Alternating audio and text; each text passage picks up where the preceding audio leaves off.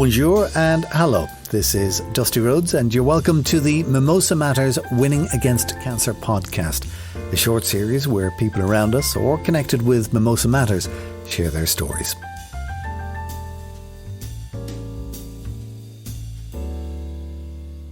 Today we're speaking with Mike, who after a lifetime travelling the world retired to the south of France. In his story, he shares the importance of mentorship and, perhaps with regret, his avoidance of doctors. He's very frank with his story, and the simplicity of the message he would give his younger self may surprise you. I started out by asking Mike where in the world it all began. Right. Romania when I was 50. So 25 years ago. I was given the first indication through other tests that were being run on me that I might have the propensity to later in life suffer from prostate cancer. I did what any normal man of that age would do. I ignored it. It was a very silly thing to do with hindsight. Whether it would have made a big difference in the long run is something that we can never tell. So when I got to France, I had symptoms which started to add up. And being an inveterate user of the internet, I thought I'd better go and see a doctor. I did. I was recommended to an oncologist. He did a few tests, and he said, you should have a biopsy. Now, I've heard about prostate biopsies, and I immediately did it again. I ignored it because I didn't like the sound of it. Describe to me what you thought it was going to be. Well, a prostate biopsy, somebody sticking lots of needles in your prostate. It's a very uncomfortable process if you read the American websites. It's not if you come to France and you have general anesthetic. Ah, okay. Elsewhere, they tend to do it without the anesthetic. So you had read about it and had natural fears, and you went, no. What happened next? Yep. A couple of years passed by, and the symptoms hadn't gone away. And so I went back. I asked my GP for a different oncologist, and I was recommended to somebody in Cannes. He looked at my test results. We had a long interview, and he said, I really think now you should have a biopsy. And he told me the procedure, and Mary and I discussed it, and it was decided that I should have the biopsy. So that's an operation lasts a couple of hours, I think, maybe an hour only, in Zinc at Mougins, Zinc Clinic in Mougins. And so I had the biopsy under general anesthetic. And 3 days later, in an interview with him in his office in Cannes, we were given the news that all 12 needles had produced a result that showed cancer. Now, that moment is fairly traumatic. Even if, as I had been warned, that it was quite likely that I was going to test positive for cancer. And yes, you cry. Thank goodness Marilyn was there with me. And the oncologist was a very sympathetic person. He was gentle and kind, and it made a big difference to the way that I felt, and I'm sure the way that I reacted. But had it not been for having company in the form of my wife, I think I would have been more emotional. Marilyn helped me get over it. On that day, what thoughts were going through your mind when you heard the words? what thoughts were going through my mind? I wish I'd done something about this sooner. What happens next is the question that you need to know the answer to. And thereby hangs the next part of the story, in that the next test you have to go through is to find out whether the cancer has spread. For this, you have to go to zinc, and you go through scintigraphy or something like that. It's basically having a radioactive substance injected in you, and you go through an MRI, a CAT scan. And it identifies areas where the cancer may have spread to.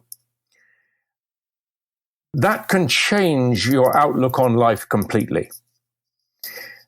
You have to wait. I think we waited half an hour for the result. It's as quick as that. Happily, I had a completely negative result. The cancer had not spread. So I thought to myself, I timed it just right. I've got cancer, but it hasn't spread anywhere.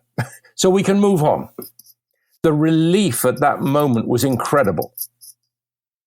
Because the first place cancer goes to normally is in your bones. And once it's in your bones or your liver, anywhere else like that, your intestines, then your life expectancy is reduced significantly. As far as I was concerned, my oncologist then said, your life expectancy is probably going to be as long as you can make it. That's a good thing to hear.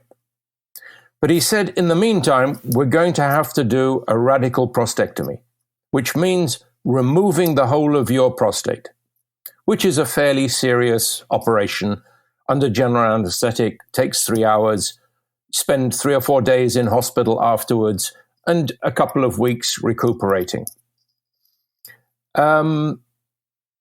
You then go through 3 monthly testing, having blood tests, and he will monitor your results. In my case, after 3 years, my test results started to get worse again. And I had to go through radiotherapy for 3 to 4 weeks, going to the Zank clinic every day by taxi, all paid for by the state, I hasten to add, because I have the wonderful green carte vitale. And also, which is an interesting experience, hormone therapy, which involves 2 hormone injections, which last you 3 months, so the whole process takes 6 months. And, well, I'm not going to go into the details. Obviously, Google it. It does change you. Luckily, the effects wear off after a while. And then you go back on to 3 monthly analysis, blood tests, and so on. And happily, still to this day, my tests are absolutely perfect. So it looks as though throughout that whole process, now they've managed to kill it, which is a wonderful feeling. So when you started, you had all of these imaginings about what the process could be, and it was scary. And at the far end of it, as you retell it, it kind of sounds like you make it sound like I went in to have my appendix done. Well, I've had that. Where is the truth, though, between those two things? I mean, how bad was it really? Oh, while you're actually going through the process, you become incredibly emotional about it. And here's where I had real help. First of all, obviously from Marilyn, and her moral support, her love and care and understanding of what I might be feeling was absolutely important. But aside from that, I also found a mentor, somebody who I'd become quite close to through a charity that I work with, who had gone through exactly the same process as me, but about a year before. And his guidance and his stories about how he went through it gave me enormous encouragement and strength. And funnily enough, I've been able to offer the same support to somebody else who's going through it now. Because you worry, you read. The internet's a wonderful thing, but can be extremely worrying. It's better to hear it from a person face to face. Where did you find that mentor? Purely by chance. I was playing through the charity I worked with. He was then also on the committee, and we played boule together. Old man's boule in L'Aurore every Friday. And I suppose once I'd got over the first emotion, I became quite talkative about the fact that I had cancer. I tried not to bore people with it because everybody goes, now what do we say? But this guy said, well, I suppose it's prostate cancer. And I said, yes, because that's what we men suffer from. And he said, I've done all that. And we sat down for half an hour after lunch, because we always used to have a pizza and rosé after lunch. And he told me about his experience. And it was wonderful just to be able to share it with somebody. As you were going through all of that, it's a journey with highs and with lows. Give me the lows first before you give me the highs. The lows are psychological, most definitely, because one of the effects of removal of your prostate, without going into lots of detail, is I certainly felt that I was less of a man. The highs afterwards come through feeling stronger because you believe that you've beaten the worst thing on earth and there's nothing else that can touch you now. But that mental issue that I am not what I used to be is quite significant because it's a very important part of your body and the processes that it controls. And even because, younger men who are listening to this might kind of think, kind of as once you're over 50, that's it. These things don't matter anymore. But of course, that's not true. No, does it ever come back? Or is it gone forever? It's a very interesting point that you raise with the age. Because if you are diagnosed with severe prostate cancer early, you have some interesting decisions to make with, let's suppose you're married or you have a girlfriend. You have to make some interesting decisions because having the radical operation is definitely life-changing. You may delay. I mean, I did it by being in denial. I delayed. You may make a conscious decision to delay because you want to have a full life for longer, a full life in the respect of which we're talking at the moment. Once you get older, that life is of a lower importance in the great scheme of things. Because prostate cancer, although the general view is that anything after 50 you should start to be tested, that is the general age where you may well start to see symptoms. It can strike you at that age. It may not strike you until you're 80. So it's no respecter of age. It's unlikely that you'll get it when you're 20, 30, or 40. It seems to be 50 is the moment in your life where you have to start taking it seriously. But some people still have a very active life at 50 from that perspective, and they want to keep it. I did. Did you have much experience of the French health system before this came to visit you? I had some because I had a quite serious operation earlier in the same year that I was diagnosed with cancer. I had quite a part of my colon removed. So I was fully confident with the French healthcare system, and in particular the facilities at Zank, the consultants center, which is there as well, and all the testing that they can do there. It's a fabulous facility. I think if I'd been in UK, I'd be still waiting possibly for the operation. How was it with the language barrier? From the oncologist point of view, none at all. He spoke English. In the hospital, yes, you need to speak a bit of French to make sure you're understood. But from my point of view, that I speak reasonable French, not perfect by any stretch of the imagination, but when needs must, I can speak French. So not really a problem. Inside Zank, yes, you tend to speak French, which is fair enough.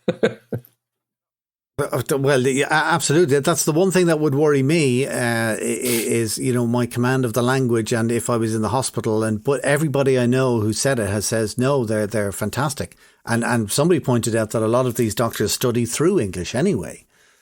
Let me ask you about the period of time between, you said early 50s, and when you actually kind of got the bad news, because you had ignored it when you were first told this could be a thing for you. You went, nah. Mm-hmm. All right. And then it actually happened, and you probably went, uh-oh. What kind of period of time did you leave there? I think, if my memory serves me correctly, I got the first indication that it might happen when I was 50. We moved here when I was 65. So a space of 15 years, I had this thought lurking in the back of my head that at some point in time, I was going to have to face up to this almost without a doubt. And with the benefit of hindsight, would you now tell yourself at 50, go and get it looked at, will you?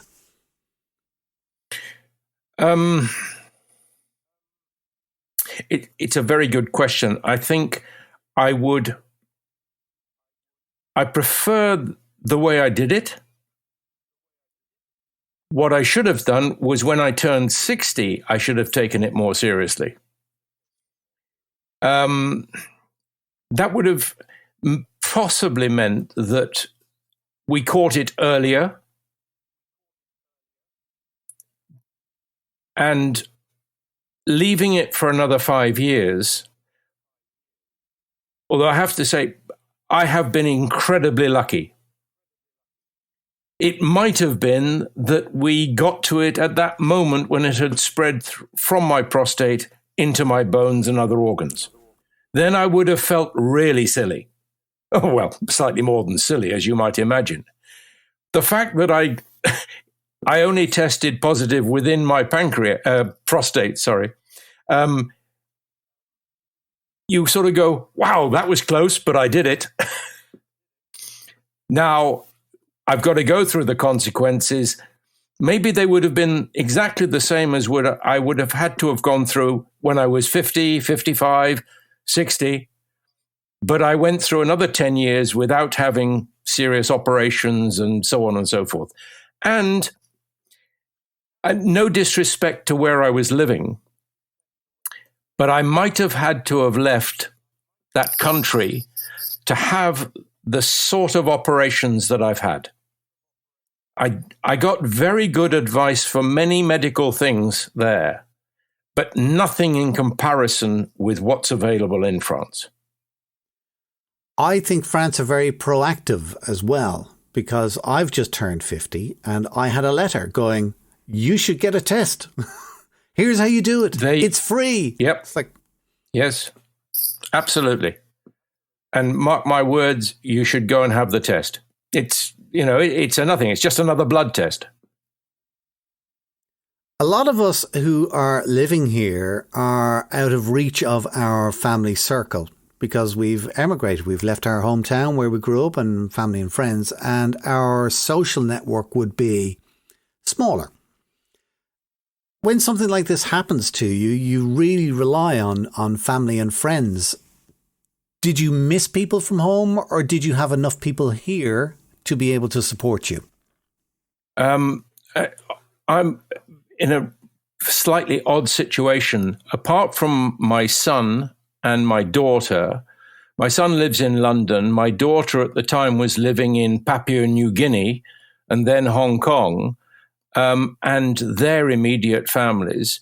I have no family friends other than the ones I've mentioned.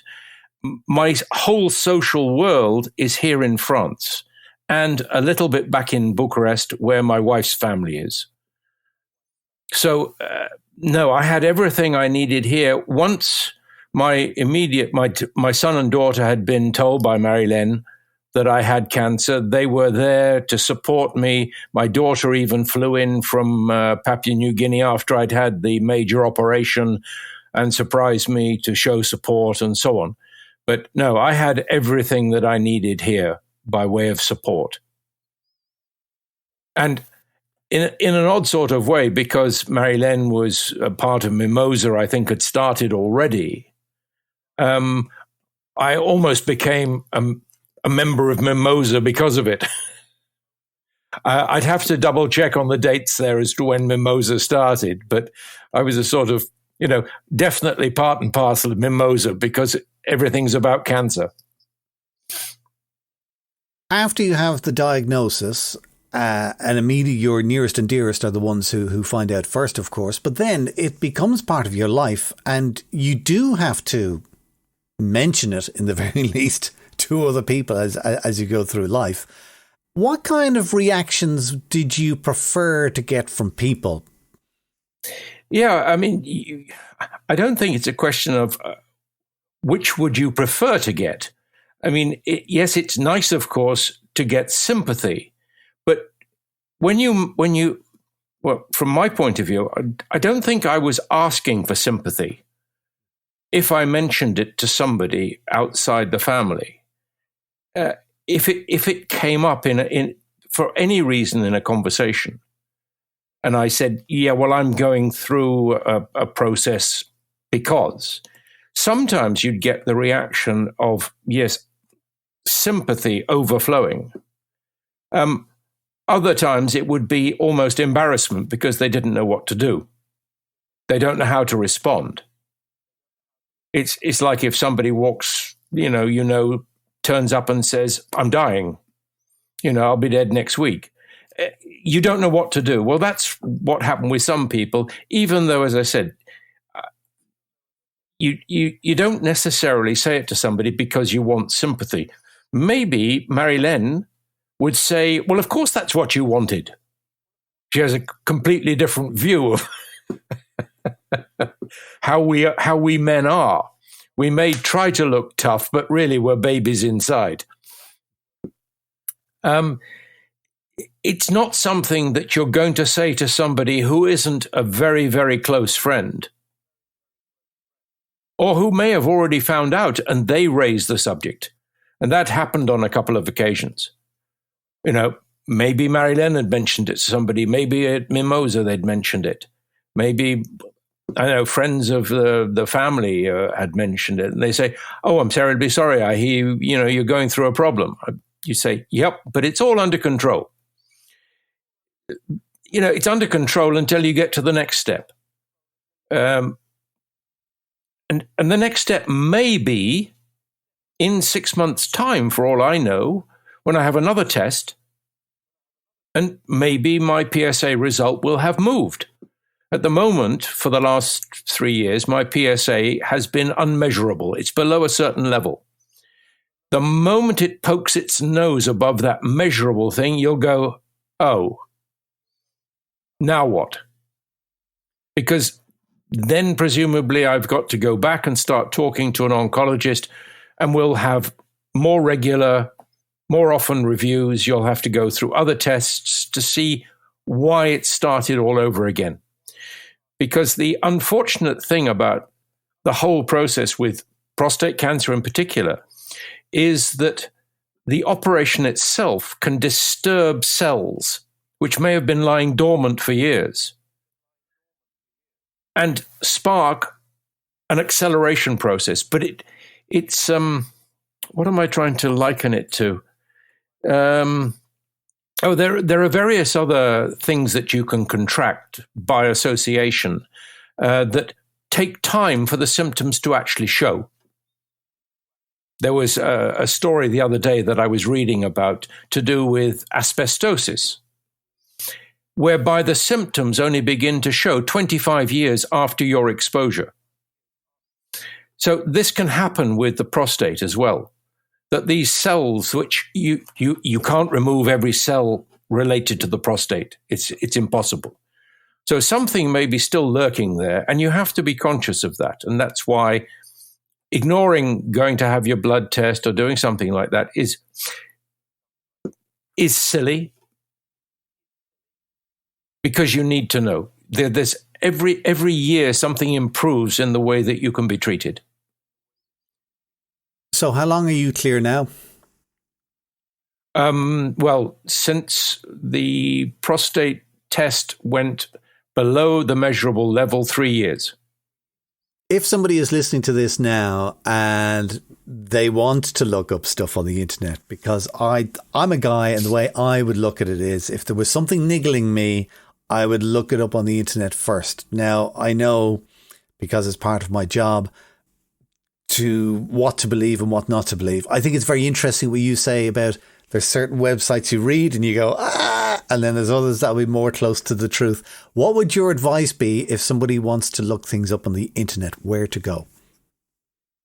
Be sure of the source, and always talk to somebody in person. Your oncologist should be the first place to go, or your GP.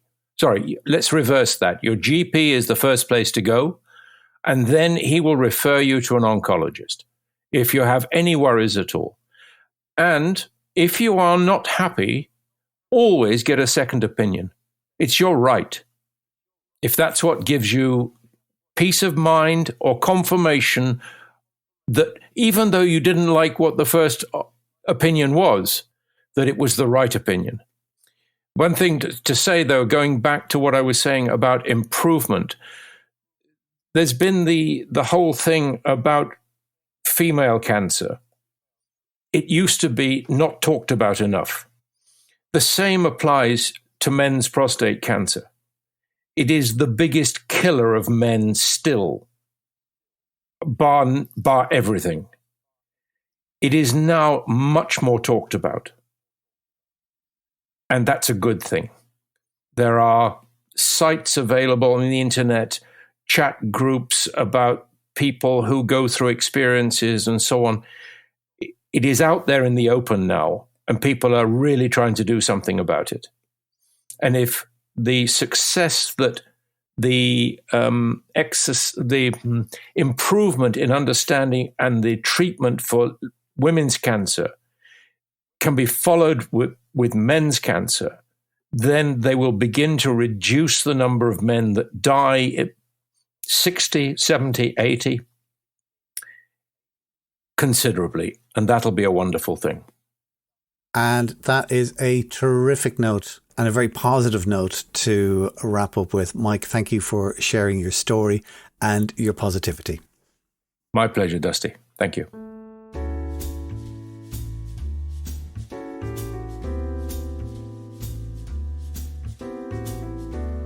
My thanks to Mike again for sharing so openly with us about his encounter with cancer.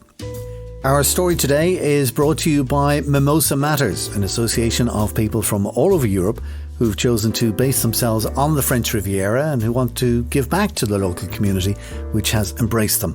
For more information about the association and its work to fight cancer in the south of France, go to mimosamatters.org. Until next time, me, Dusty Rhodes.